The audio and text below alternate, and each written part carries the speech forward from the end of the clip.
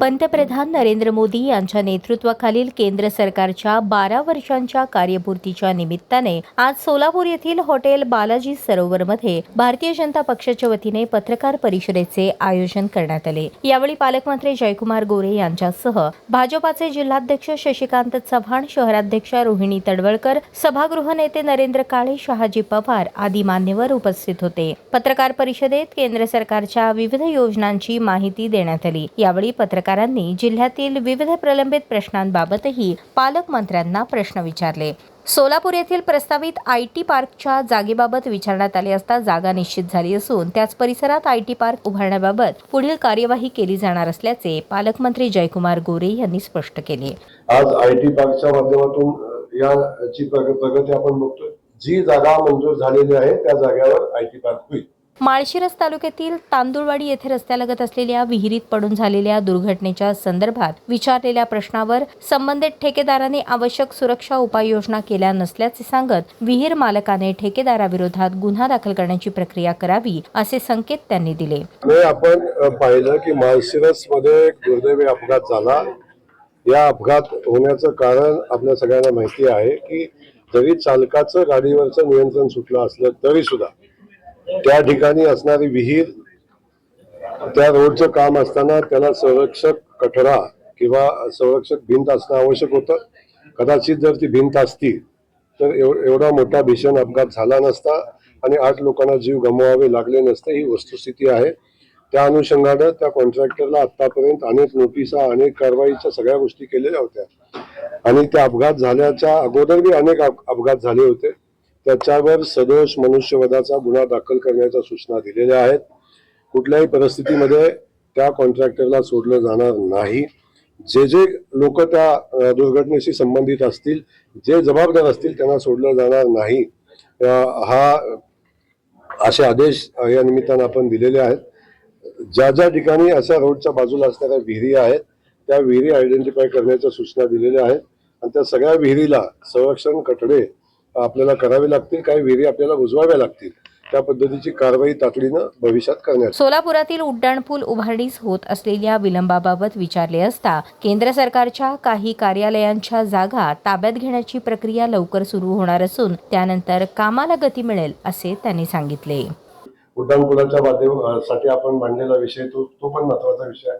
उड्डाणपूल झाला पाहिजे, उड्डाणपूल झाला पाहिजे, पण त्याच्या अनुषंगानं त्याला लागणाऱ्या जे परवानगी आहेत, त्याला लागणारे जे विषय आहेत, जागेचे विषय आहेत, इथं 4-5 शासकीय जागांचे विषय आहेत जे सेंट्रल गव्हर्नमेंटशी संबंधित आहेत। त्या विभागाची अनुमती अपेक्षित आहे, त्याच्यासाठी काम केलं पाहिजे अशी व्यवस्था आहे। तर त्याही बाबतीत आपण फॉलोअप घेतोय आणि उड्डाणपुलाचंही काम तातडीने पुढे गेलं पाहिजे ही भूमिका आपली आहे। त्यामुळे याच्यातून एक एक करून आपल्याला मार्ग काढून पुढे जायला लागेल।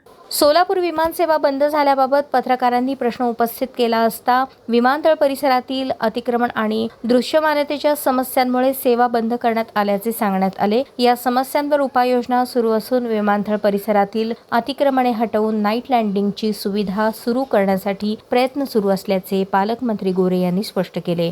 विजिबिलिटीचा प्रॉब्लेम येतोय का? तर 100% येतोय। ढगाळ वातावरणामध्ये किंवा अशा परिस्थितीमध्ये विजिबिलिटीचा प्रॉब्लेम सोलापूरच्या विमानतळाला सातत्याने येतोय। अशा कालखंडामध्ये विमान सेवा चालवणं म्हणजे प्रवाशांच्या जीवाशी खेळणं हा जो विषय आहे तो विषय आहे। आणि आता आपण तातडीनं काय निर्णय घेतोय की नाईट लँडिंगची व्यवस्था या ठिकाणी झाली पाहिजे आणि त्यासाठी ज्या अडचणी आहेत त्या कोर्टाची अडचण आहे आणि कोर्टाच्या अडचणीच्या पलीकडे जाऊन काही गोष्टी करायला लागतात।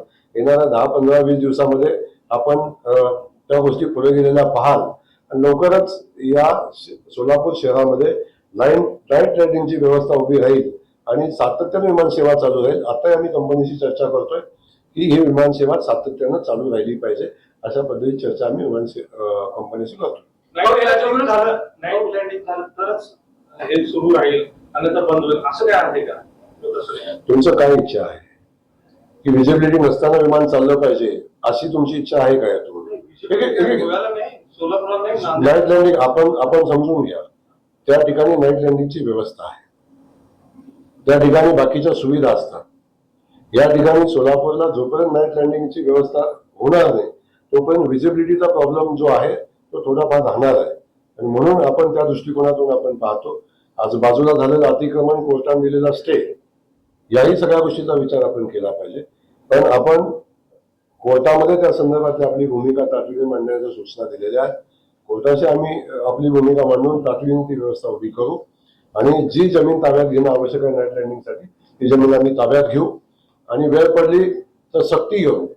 पण आम्ही तातडीनं ही विमान त्या जागा खाली करण्याचं काम करू आणि जे अतिक्रमण बेकायदेशीर केलेलं आहे, गावात घर असताना तिथे जाऊन नव्याने घरं बांधलेली आहेत, पत्र्याचं शेड टाकून जे अतिक्रमण केलंय ते निष्कासित करावंच लागेल आणि त्यासाठी तातडीने कारवाई करू. दरम्यान पत्रकार परिषद मोदी सरकारच्या 12 वर्षांच्या कार्यपूर्तीवर केंद्रित असल्याचे सांगत पालकमंत्र्यांनी स्थानिक प्रश्नांसाठी स्वतंत्र पत्रकार परिषद घेण्याची सूचना केली. त्यामुळे काही स्थानिक प्रश्नांवर सविस्तर चर्चा टाळण्यात आल्याचे जाणवले. यावेळी विरोधकांकडून मोदी सरकारवर होत असलेल्या टीकेबाबत आणि फॅसिस्ट विचारसरणीच्या आरोपांबाबत प्रश्न विचारण्यात आला. त्यावर हा विषय आंतरराष्ट्रीय स्तरावरील असून त्यावर आपण भाष्य करणे उचित ठरणार नाही असे उत्तर देत पालकमंत्री जयकुमार गोरे यांनी पत्रकार परिषद संपल्याची घोषणा केली.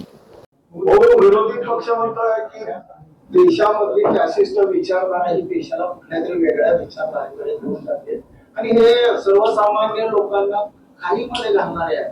म्हणजे विरोधकाची भूमिका ही चुकीची आहे का फॅसिस्ट विचारधारा ही जोपासणाऱ्या लोकांची भूमिका? आता तुम्ही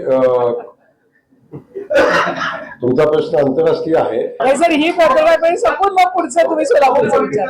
चला. आज आपण मोदी तुमच्या कार्यकाळाबद्दल